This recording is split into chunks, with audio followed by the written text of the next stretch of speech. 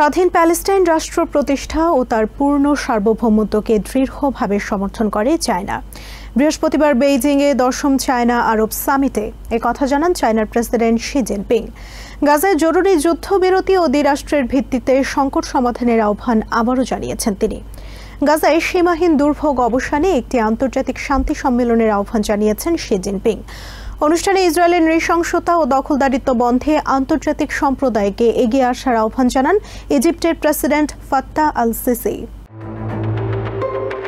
বৃহস্পতিবার বেইজিংয়ে চায়না আরব states cooperation ফোরামের 10ম সম্মেলনের উদ্বোধনী অনুষ্ঠানে যোগ দেন চায়নার প্রেসিডেন্ট শি জিনপিং। এতে বাহরাইন, ইজিপ্ট, ইউনাইটেড আরব আমিরাত ও তিউনিসিয়ার রাষ্ট্রপ্রধান ও আরব লীগের অন্য দেশগুলোর পররাষ্ট্রমন্ত্রীরা অংশ নেন।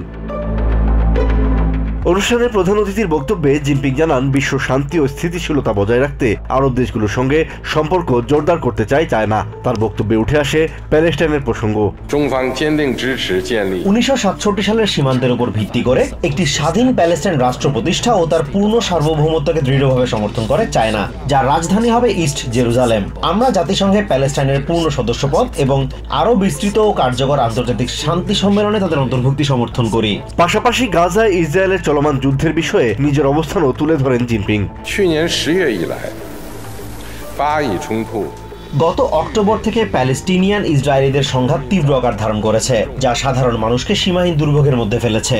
অনির্দিষ্ট কাল ধরে যুদ্ধ চলতে পারে না, ন্যায় বিচার চিরদিনের জন্য অনুপস্থিত থাকতে পারে না। দ্বিরাষ্ট্রীয় সমাধানের পথেই আমাদের দৃঢ়ভাবে এগিয়ে যেতে হবে।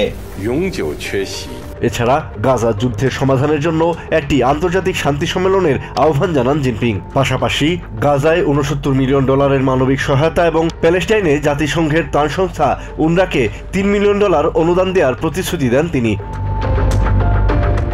অনুষ্ঠানে ইজিপ্টের প্রেসিডেন্ট ফাত্তাহ আল-সিসি বলেন, ইসরায়েলের নৃশংসতা ও দখলদারিত্ব বন্ধ করা আন্তর্জাতিক সম্প্রদায়ের নৈতিক দায়িত্ব।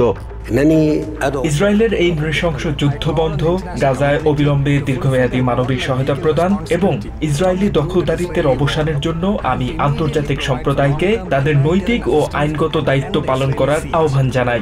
এছাড়া তেল গ্যাস সহ ব্যাপক পরিসরে বিনিয়োগের ক্ষেত্রেও আরব দেশগুলোর সঙ্গে চায়না সহযোগিতা বাড়াবে বলে জানিয়েছেন চায়নার প্রেসিডেন্ট।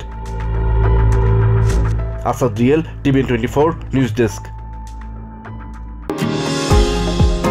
নিউ ইয়র্ক থেকে সম্প্রচারিত টিভিএন 24 টেলিভিশন বিশ্বজুড়ে বাঙালির কণ্ঠস্বর।